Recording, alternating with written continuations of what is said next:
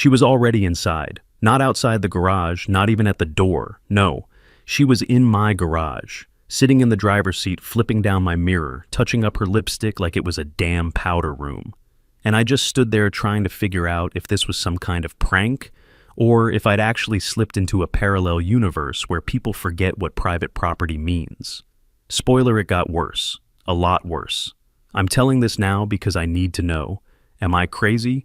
Or would anyone else have lost it too? Go on, scroll down and tell me in the comments. Be honest.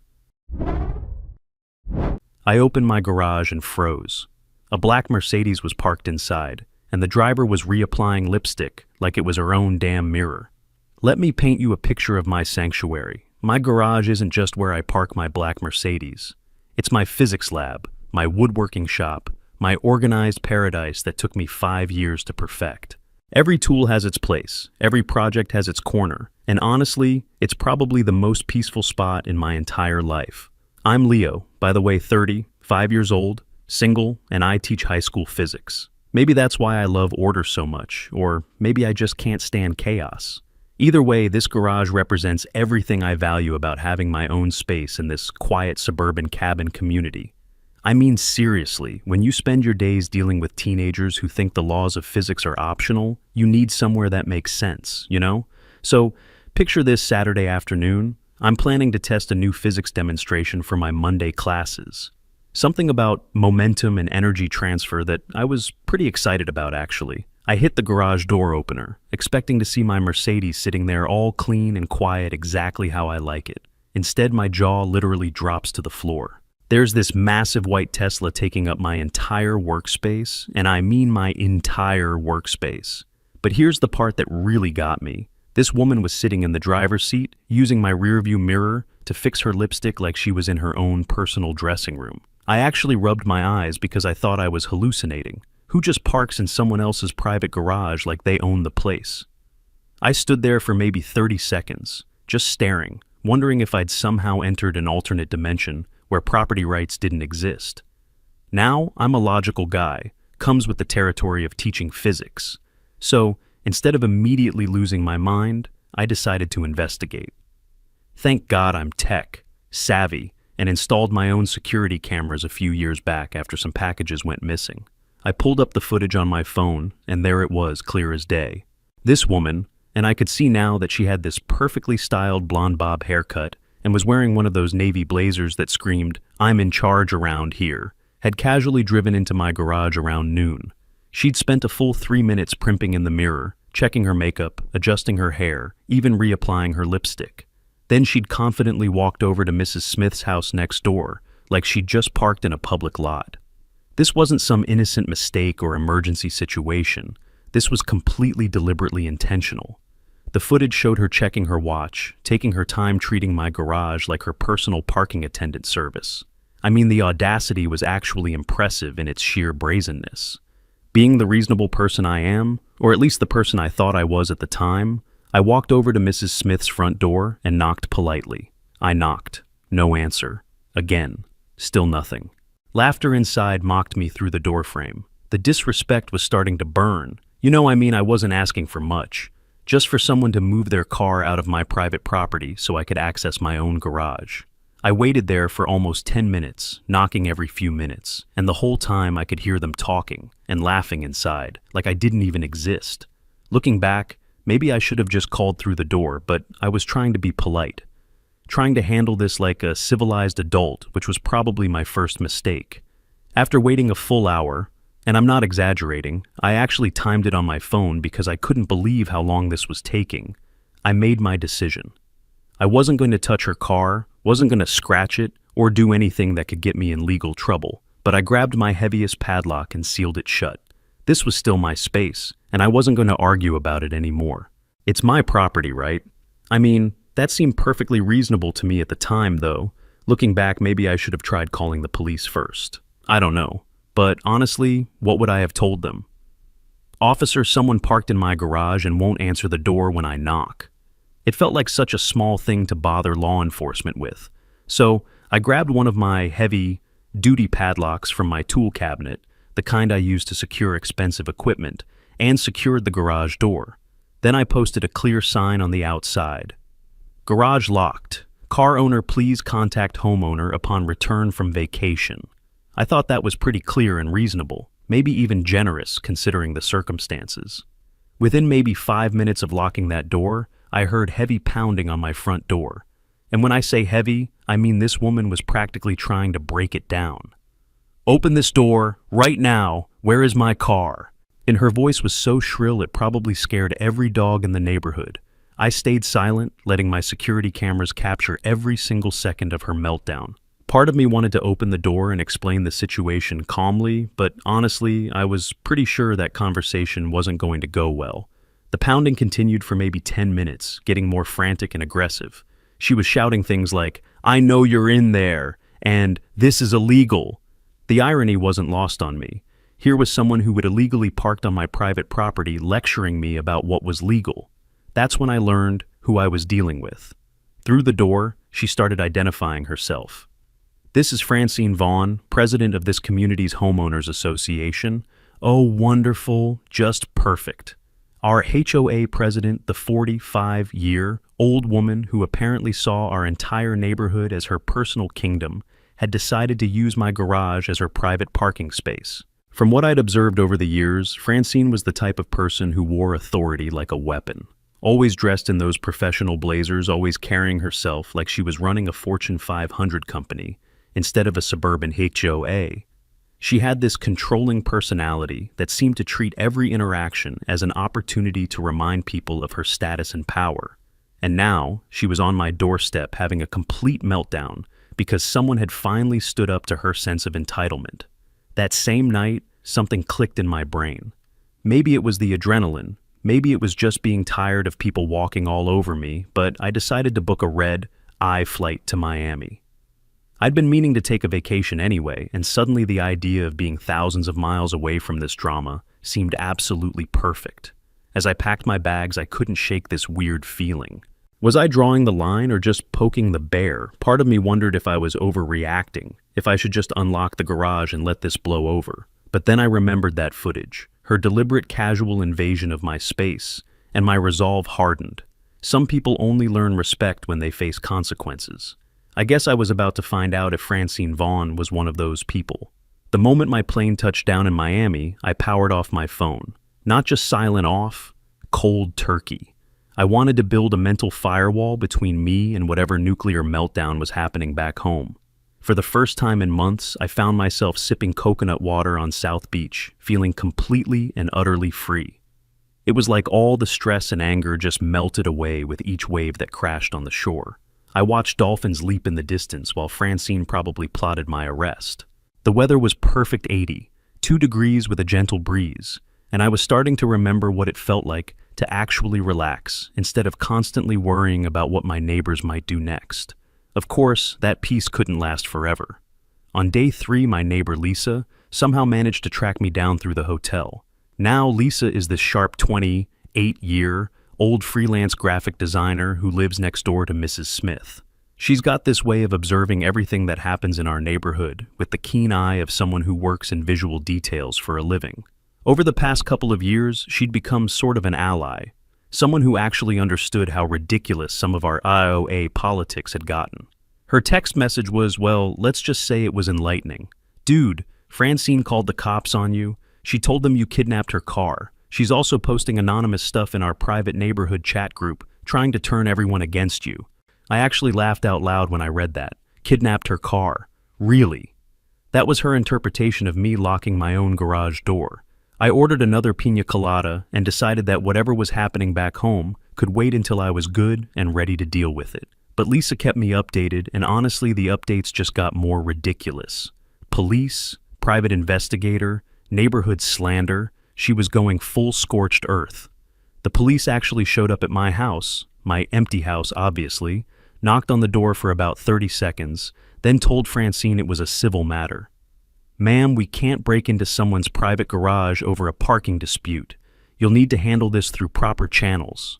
I wish I could have seen her face when they told her that. Here she was probably expecting them to bust down my garage door like some kind of SWAT team operation, and instead they basically told her to call a lawyer. According to Lisa, Francine had presented the whole thing like I was some kind of criminal mastermind who'd stolen her vehicle and fled the state. The dramatic flair was actually impressive in a completely unhinged sort of way. That's when things got really weird, and I mean really weird. Lisa texted me that Francine had actually hired a private investigator to track me down in Florida. A private investigator? Over a parking dispute? I mean, I shouldn't have been surprised. This is a woman who probably thinks she's the queen of our little suburban kingdom, and that any challenge to her authority constitutes a national emergency. But still, the level of escalation was kind of impressive in its sheer absurdity. Who spends that kind of money over a garage door? Fortunately, I'm naturally cautious about privacy. Probably comes from being a teacher and not wanting students to track down my personal information. So, I'd already switched hotels twice since arriving, and I'm careful not to post my exact location on social media. Call it teacher paranoia, but I've learned not to broadcast my whereabouts to the world. Meanwhile, my phone was getting absolutely bombarded with calls and messages. I turned it on briefly on day 4, just to check, and the screen showed 50, 2 missed calls, and 20, 8 increasingly frantic emails from Francine. The progression was fascinating from a psychological standpoint. It was like watching someone's complete mental breakdown unfold in real time through electronic communication. Her tone shifted from legal threats to full-on pleading. One email just said, "Please, just give it back." The first few emails were formal and demanding, written in that official HOA president tone she'd perfected.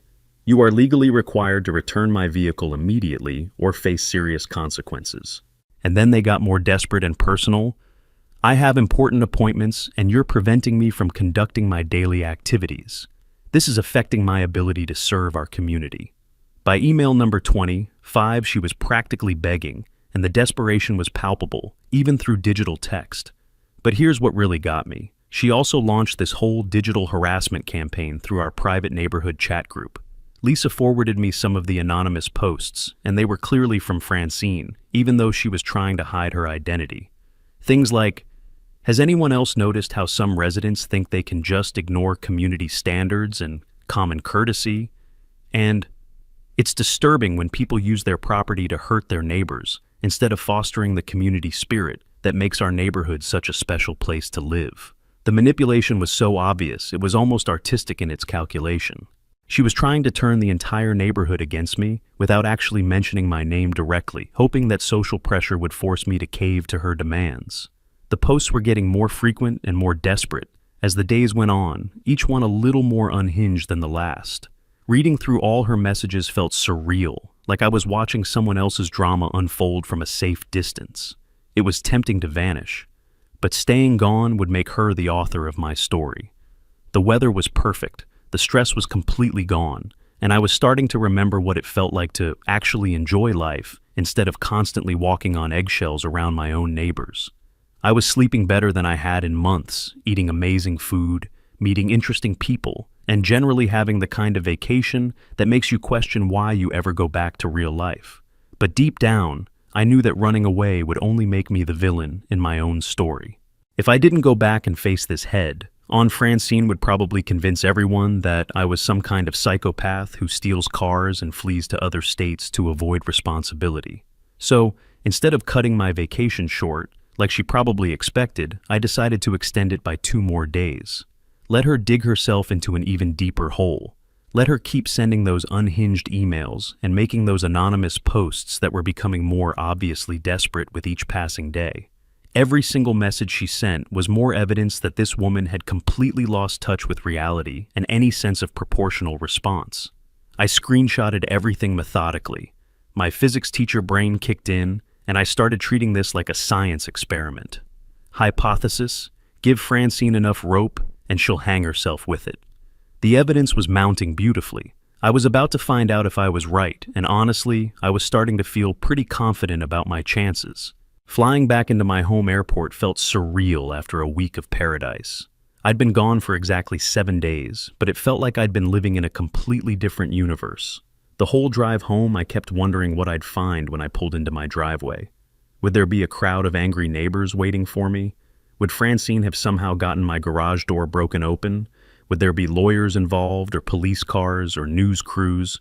Honestly, I had no idea what to expect, but I was determined to handle whatever chaos awaited me with the same calm I'd found on those Miami beaches. The tan I'd gotten was already fading, but the sense of perspective I'd gained felt permanent. Sometimes you need distance to see clearly. I parked. Peace for a moment. There's something deeply satisfying about restoring order to your own space, about everything fitting exactly where it belongs. I hit the garage door opener slowly, deliberately, knowing that my security cameras were capturing this historic moment for posterity. Everything was exactly as I'd left it. My tools organized in their proper places, my workbench clean and ready for projects, my little sanctuary completely intact and unmolested.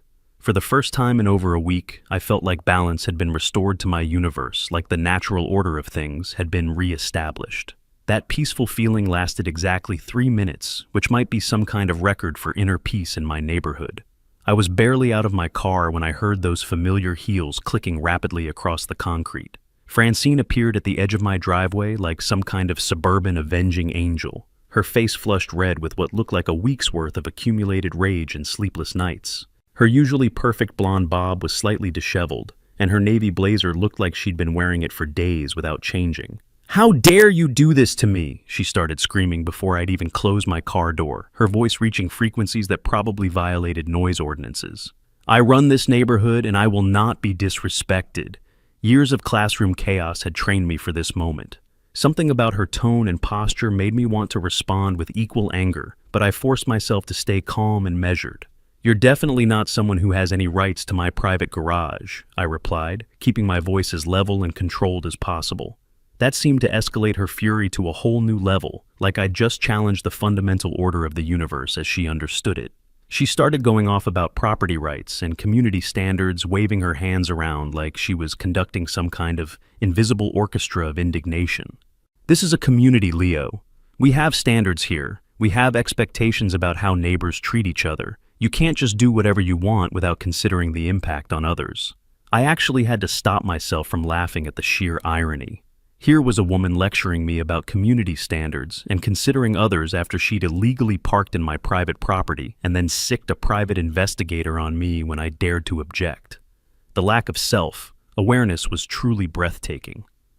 The conversation, if you can call shouting and recriminations a conversation, quickly turned into a legal standoff. Francine pulled out what she clearly thought was her trump card, her authority as HOA president and her supposed knowledge of property law.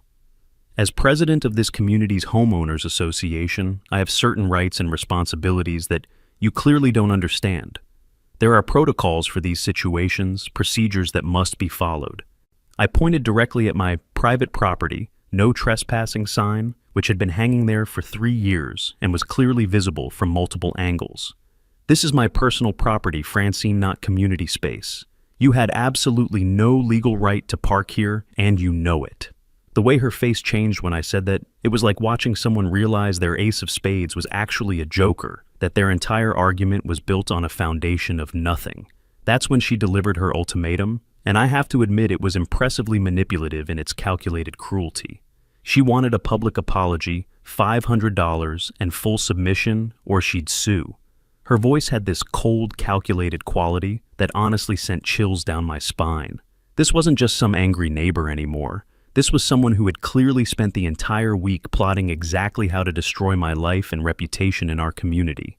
The level of premeditation was actually frightening. But here's the thing about being a high school teacher. You learn to recognize manipulation tactics pretty quickly. Teenagers are masters of emotional manipulation, and adults who use the same techniques are usually just as transparent once you know what to look for. So, I started audio, recording every single interaction from that point forward, pulling out my phone right there in front of her and hitting record. "Feel free to sue me, Francine," I said, keeping my voice completely calm and steady, despite the adrenaline coursing through my system. "I have comprehensive evidence of you illegally trespassing on my private property, and I'm confident any judge will see this situation exactly as it is." The look of shock on her face when she realized I was recording was absolutely priceless. She clearly hadn't expected me to document our conversation, and the sudden awareness that her words would have consequences seemed to catch her completely off guard. She stormed off, but not before shouting over her shoulder that she was going to teach me a lesson I'd never forget, and that I'd regret the day I decided to mess with her. As I watched her march away with that righteous fury radiating from every step, I couldn't help wondering if I'd just won the first battle or walked straight into her carefully laid trap. Something about the way she'd delivered that ultimatum, the specific legal language she'd used, made me think this was far from over. In fact, I had this sinking feeling that the real war was just beginning, and I'd better be ready for whatever nuclear option she was planning to deploy next. 2 days later, I got a call that confirmed my worst suspicions about how this situation was going to escalate. It was from one of the HOA board members, and his tone was, well, let's just say it wasn't the friendly, neighborly chat I might have hoped for. "Hey, Leo, I heard you locked someone's car. That true?" The way he phrased it immediately told me that Francine had gotten to him first with her carefully crafted version of events. She was strategically trying to make her illegal parking seem like some innocent mistake, while painting me as the unreasonable aggressor who'd overreacted to a simple misunderstanding. I told him what happened. The video spoke for itself, but I could tell he was already skeptical and had probably made up his mind before calling me. That's when I realized Francine wasn't just angry. She was systematically working to destroy my reputation in the community through a coordinated campaign of misinformation.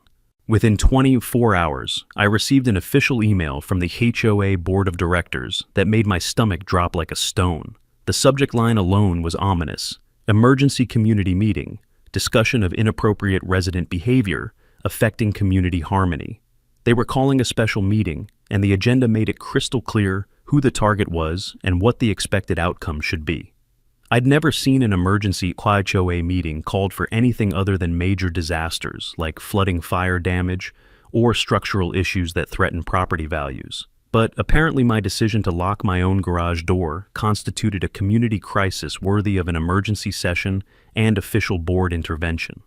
The language in the email was clearly designed to make me look like the problem, while positioning Francine as the victim of my unreasonable behavior. That's when I decided I couldn't fight this battle alone against someone who had institutional power and political connections throughout our community. I reached out to Bob, a retired high school principal who lived 3 houses down and had always struck me as one of the more reasonable people in our neighborhood. At 65, Bob had the kind of calm, measured approach to problems that reminded me of my favorite mentor teachers, people who had seen every kind of drama and politics imaginable. When I explained what had happened, his reaction was immediate and intense in a way that surprised me. 2 inches of grass, Leo? 2. That cost me $200, he said, shaking his head in disgust. I measured it myself with a ruler. It was completely within HOA regulations. But she insisted I pay the fine or face a lien on my property. When I tried to appeal, she made the process so bureaucratic and intimidating that I just paid it to make the harassment stop.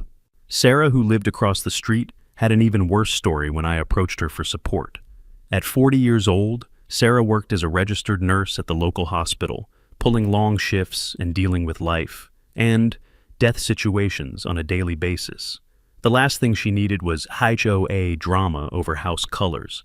They made me repaint my house for being too cheerful. I'd had approval 2 years ago, Sarah told me, and I could hear the anger still fresh in her voice after months. The color was approved by the architectural committee 2 years earlier, but she said community standards had evolved and that previous approvals didn't matter anymore. Evolved. Like we're talking about some kind of scientific breakthrough instead of house paint preferences. When I pointed out that 3 other houses had similar colors, she said those would be addressed in due time. It was clearly personal retaliation for questioning her authority at a previous meeting. Bob, Sarah, and I started meeting regularly to compare notes and document Francine's pattern of behavior over the past few years. What we discovered was pretty eye-opening and painted a picture of systematic abuse of power. She played favorites. If she liked you, you were fine. If not, fines, threats, humiliation. People who attended her monthly social gatherings complimented her landscaping and generally kissed the ring seemed to get away with violations that would result in hefty fines for everyone else. Meanwhile, residents who questioned her decisions, missed her events, or failed to show adequate appreciation suddenly found themselves facing scrutiny for things like mailbox placement, holiday decoration, timing, and lawn maintenance standards that were applied inconsistently throughout the community. We also discovered that Francine had been making these friendly phone calls to various neighbors, subtly pressuring them to take her side in the upcoming meeting. Lisa heard her butter up Mrs. Peterson. Community unity, she said. Code for pick a side. It was psychological warfare disguised as neighborly concern, designed to make people afraid of being seen as troublemakers themselves if they didn't fall in line behind her narrative. The manipulation was textbook emotional blackmail, and it was working on several of our more conflict-averse neighbors who just wanted the drama to go away. I spent hours that week studying our HOA bylaws and discovered something very interesting that could work in my favor. According to the official procedures, emergency meetings could only be called for issues that posed immediate physical or financial danger to the community. A parking dispute definitely didn't qualify under any reasonable interpretation of the rules. I also found several instances where Francine had violated her own procedural requirements over the past year. Things like failing to provide proper notice periods, not allowing adequate time for residents to prepare responses to accusations, and making decisions without proper board votes.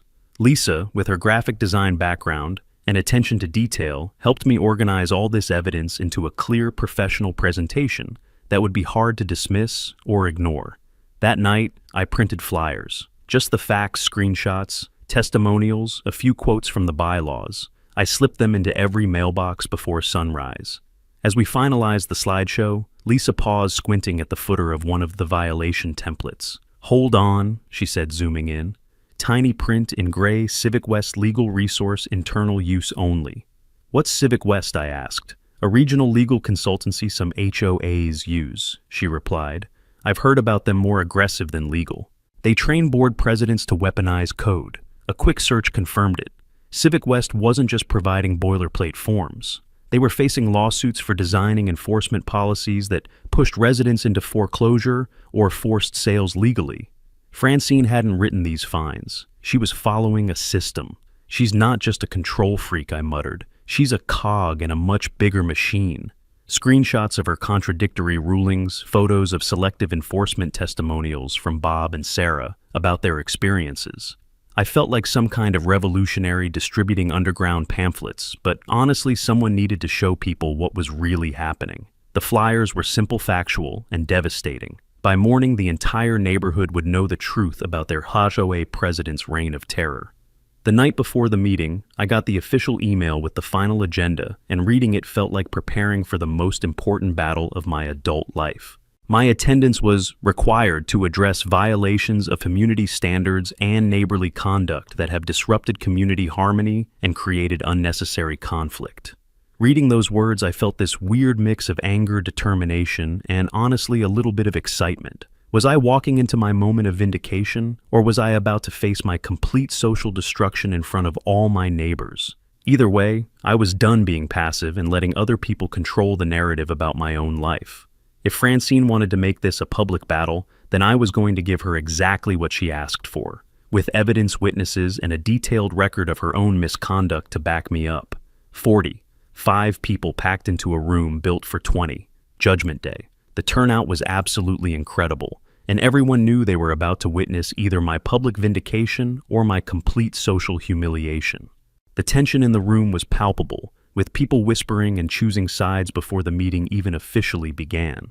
Francine sat confidently at the head table, in her perfectly pressed navy blazer, looking every inch the professional community leader who had everything under control. She had this slight smile that made my skin crawl, the kind of expression that said she was absolutely certain she was about to destroy me in front of everyone I'd have to face as neighbors for years to come. The board chairman called the meeting to order, and Francine immediately launched into what I can only describe as a masterful prosecution that would have impressed any courtroom attorney.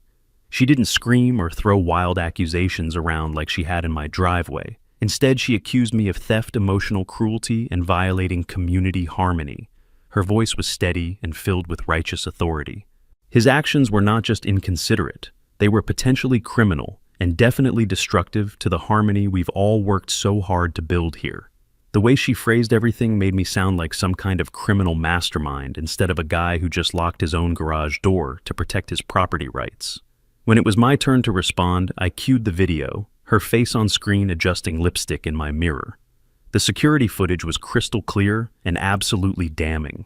There was Francine deliberately driving into my garage, taking her sweet time to fix her makeup in my rearview mirror, showing absolutely zero signs of distress, emergency, or family crisis.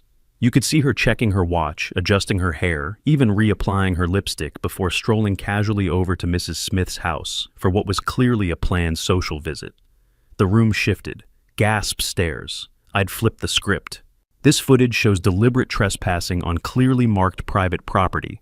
I explained, pointing to my no trespassing signs that were visible from multiple camera angles. There was no emergency, no family crisis, and no innocent mistake. This was intentional use of my private garage as personal parking. But here's where things got interesting, and by interesting I mean politically complicated in the way that small community disputes always become. About half the room seemed to support my position, especially Bob and Sarah, who started nodding vigorously when I mentioned selective rule enforcement and abuse of authority. They'd clearly been waiting for someone to stand up to Francine's increasingly authoritarian leadership style, but Team Francine remained surprisingly strong, composed mainly of people who benefited from her favor or were afraid of becoming her next target. Several longtime residents stood up to defend her leadership and questioned whether I was being neighborly in my response to what they wanted to characterize as a minor mistake that could have been resolved with a simple conversation. The debate was getting heated, with neighbors choosing sides publicly for the first time in years. Then Bob stood up. "I've had enough of this." He turned to the room. "Leo's the only one who ever helped me trim my hedges, not fine me for it." His voice carried the authority of someone who had spent decades managing difficult situations and people. "This woman has terrorized our neighborhood for years, and we've all been too polite or too scared to say anything. Well, I'm not scared anymore. Leo did what any reasonable person would do when someone trespasses on their property." The room went completely silent. Bob's endorsement carried serious weight in our community, and several people who'd been on the fence suddenly looked like they were reconsidering their positions.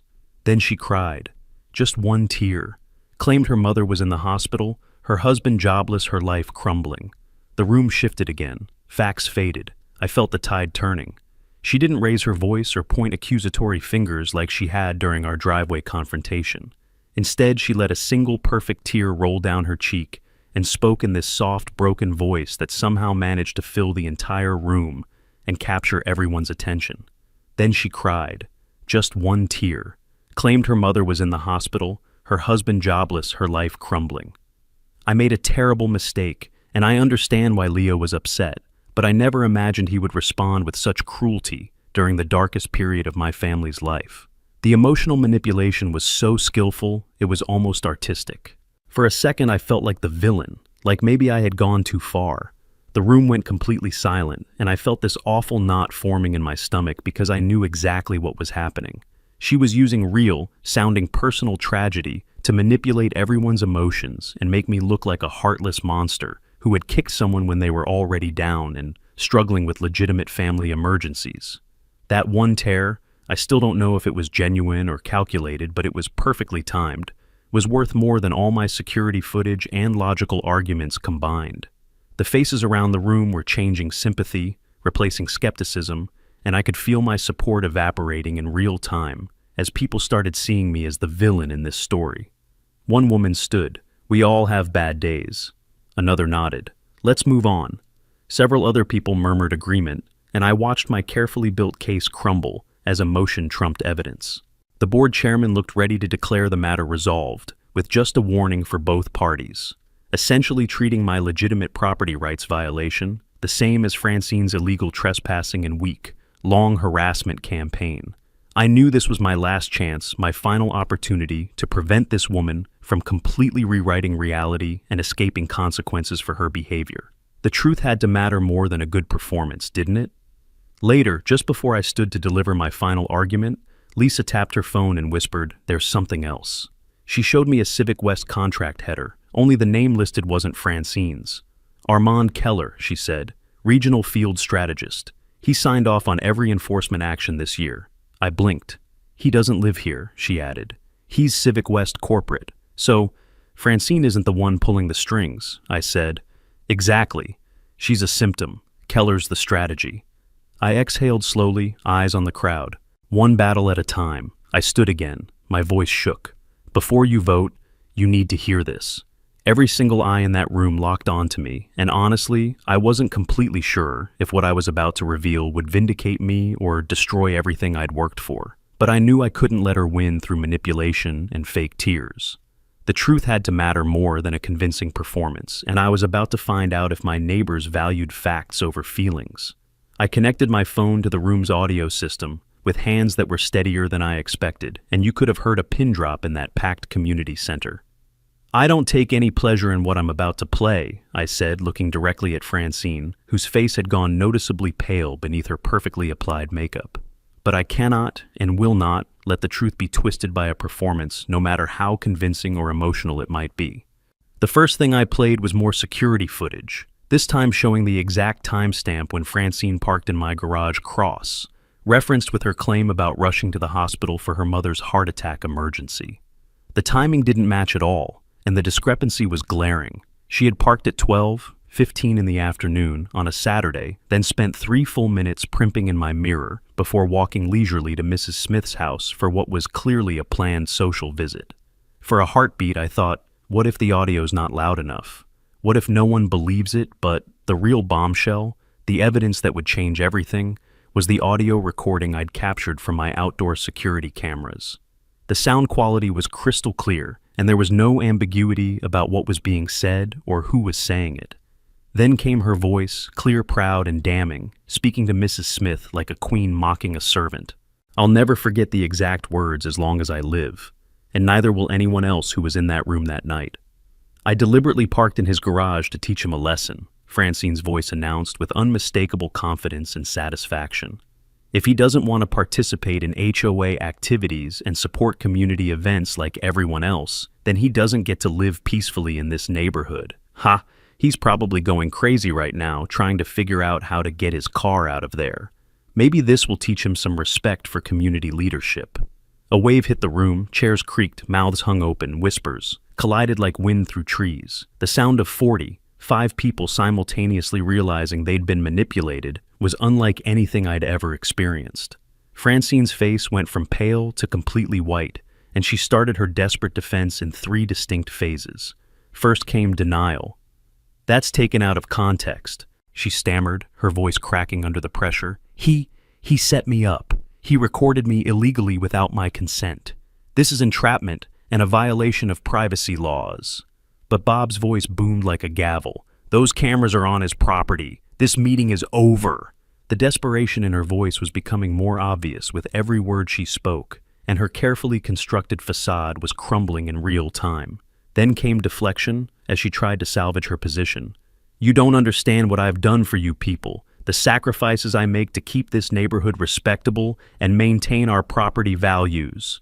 Her voice was rising now, the controlled HOA president mask slipping away completely. That's when I played the rest of my evidence, the additional documentation I'd gathered during my week in Florida while she was having her public meltdown.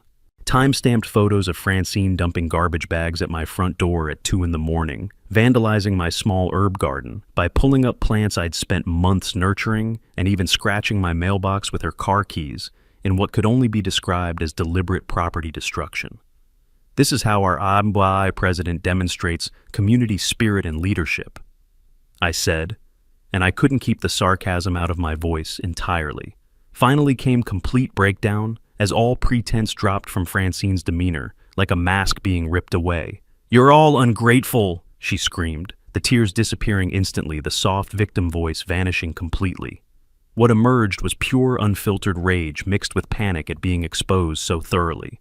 She started yelling about ungrateful residents who didn't appreciate everything she did for the community, about people who don't understand what it takes to maintain standards around here, and the sacrifices I make to keep this neighborhood respectable. Her mask had completely slipped off, and everyone could see the real Francine, the controlling, manipulative person who saw our neighborhood as her personal kingdom and treated anyone who disagreed with her as rebellious subjects to be punished. The board chairman didn't hesitate for even a moment once the evidence was clear. Based on this overwhelming evidence of deliberate harassment, property violation, abuse of authority, and dishonesty to this board, he announced in his corporate manager voice that brooked no argument, Francine Vaughn is immediately removed from her position as HOA president effective immediately. Furthermore, the board will be reviewing all fines and decisions made under Francine's leadership for potential reversal and restitution. Sarah stood. She stepped behind Lisa and placed a hand on her shoulder. She speaks for us now. The gesture was simple but powerful, a symbolic passing of authority from the old regime to something new and hopefully better. Lisa was unanimously nominated as interim president right there on the spot. Mrs. Allen, who hadn't spoken in 5 years of meetings, said, "She made me repaint my shutters 3 times. I still owe money." Suddenly, the floodgates opened, and years of accumulated frustration poured out all at once. Several neighbors who had been afraid to speak up before suddenly found their voices sharing their own Francine stories of selective enforcement, petty retaliation, and authoritarian overreach that painted a picture of systematic abuse of power. The first motion Lisa made was to review all fines and violations issued under Francine's leadership with an eye toward justice and fairness rather than personal vendettas. Sarah actually started crying, not manipulative tears like Francine's had been, but genuine relief that she might finally get justice for that $3,000 paint job and years of harassment. Francine gathered her papers with shaking hands and stumbled toward the exit like someone in shock, completely humiliated and utterly defeated. As I watched her leave that room, I felt this weird mix of victory and something that might have been pity. But then I remembered that audio recording, her deliberate, calculated plan to make my life miserable for not showing proper deference to her authority, and any sympathy I might have felt disappeared completely. Standing in my garage the next morning, looking at my black Mercedes back in its perfect spot where it belonged, I felt something I hadn't experienced in months: complete, unshakable peace. My tools were organized exactly where they should be. My workbench was clean and ready for new projects, and my little sanctuary had been fully restored to its rightful order after what felt like the longest week of my life. For the first time since this whole nightmare began, everything was exactly where it should be, and I could breathe freely in my own space again. But the real satisfaction wasn't just about getting my garage back. It was about standing up for my principles and seeing actual justice delivered in a world where bullies often seem to win through manipulation and emotional blackmail. I wasn't proud, but I wasn't sorry either. Maybe justice was supposed to feel like that. The transformation in our neighborhood was immediate, dramatic, and honestly a little unsettling to witness at first. It was peaceful, too peaceful, like the house next door forgot to breathe. Francine became a complete social ghost, and I mean that literally. Even the wind seemed to ignore her now. During her evening walks, people would cross the street to avoid awkward encounters, and you could see the recognition and shame in her body language. Former friends stopped returning her phone calls, and the woman who used to be the center of every community event was suddenly eating dinner alone every night. Her house, which had always been perfectly maintained as a symbol of her authority and standards, started showing signs of neglect. Overgrown landscaping, faded paint, little details that suggested someone who had given up caring about appearances. She tried every legal angle she could think of, which was actually more than I expected, given how thoroughly she'd been exposed. Lisa told me that Francine had consulted 3 different lawyers about suing me for illegal recording, invasion of privacy, and intentional infliction of emotional distress through public humiliation. All 3 attorneys refused to take the case after reviewing the evidence. Apparently recording someone on your own property while they're committing trespassing and admitting to deliberate harassment isn't exactly a legal gray area that favors the trespasser. She also tried to get the HOA board to overturn their decision by claiming she'd been emotionally compromised during the meeting due to her family crisis, but that didn't work either, especially after more neighbors came forward with their own stories of her retaliation and selective enforcement over the years. The healing came first, Lisa listening rules rewritten. Under Lisa's leadership, our HOA became something completely different, actually functional, fair, and focused on genuine community building rather than authoritarian control. She stood at the head of the table, same spot Francine used to reign. But this time the room felt warmer. She organized the most transparent meetings in our neighborhood's history, where residents could vote democratically on rule changes, instead of having arbitrary decisions imposed by presidential decree. Bob started hosting weekend coffee gatherings in the community center, where people could discuss issues informally before they became major problems, and Sarah organized a shared garden project where everyone could grow vegetables together and actually get to know their neighbors as people rather than potential rule violators. The accountability followed with audits and reversals. Lisa's first major initiative was a comprehensive review of every fine and violation issued under Francine's leadership, with an eye toward identifying patterns of selective enforcement and personal retaliation. What they found was even worse than we'd suspected. Systematic targeting of anyone who'd ever questioned her authorities, arbitrary rule interpretations that changed depending on her personal relationships with homeowners, and financial penalties that had no basis in actual HOA regulations. The board voted to reverse dozens of fines and issue refunds totaling thousands of dollars to residents who had been unfairly penalized. Sarah got her $3,000 back for the paint job Bob was reimbursed for his grass fine, and several other neighbors received compensation for years of harassment disguised as community leadership. About 6 weeks after the meeting, I was working in my garage on a new physics demonstration when I noticed a for sale sign going up in Francine's front yard. Lisa mentioned that she had heard through the neighborhood grapevine that Francine was selling at 15% below market value because she needed to move quickly and couldn't handle the social isolation any longer. The constant reminders of her public humiliation had become unbearable. She couldn't walk to her mailbox without seeing neighbors who knew exactly what kind of person she really was beneath that professional HOA president facade she'd maintained for years. Every interaction, every glance, every polite nod was loaded with the knowledge of her manipulation and abuse of power. The day the moving truck showed up, I found myself standing in my garage doorway, watching Francine load boxes with the help of some professional movers she'd hired. Her blazer was gone, just a hoodie now. She looked smaller, human, maybe for the first time. For just a moment I considered walking over and saying something, maybe offering some kind of closure, or even an apology for how everything had spiraled so completely out of control. But then I decided that silence was more powerful than any words could be in this situation. Some lessons have to be learned the hard way, and some consequences have to be fully experienced before real change can happen. As I watched that moving truck disappear around the corner, carrying away someone who had made my life miserable for a week, but had probably been making others miserable for years, I didn't feel triumphant or celebratory. I felt something deeper and more satisfying. I felt justice. Real justice, the kind that comes from standing up for what's right, even when it's difficult and uncertain.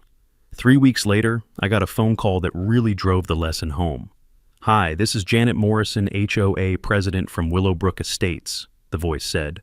"We heard about the situation with Francine Vaughn through mutual acquaintances. She applied to be our community president, claiming excellent leadership references. When we called to verify her background and heard the real story, well, thank you for being honest with us. We dodged a bullet.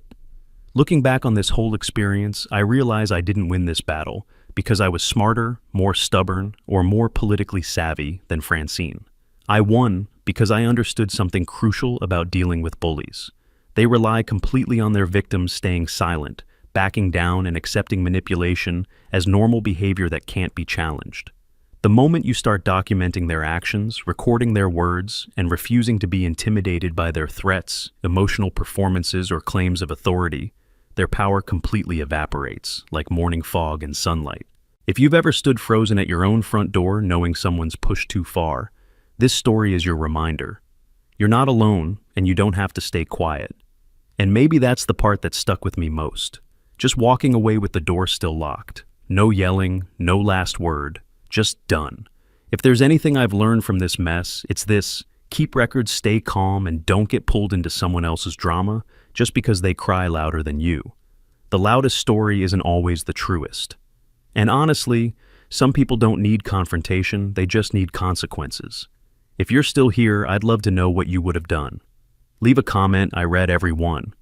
And if this story hit home and you feel like supporting it, there's a little thanks button down there. Thanks for hanging out. Catch you in the next one.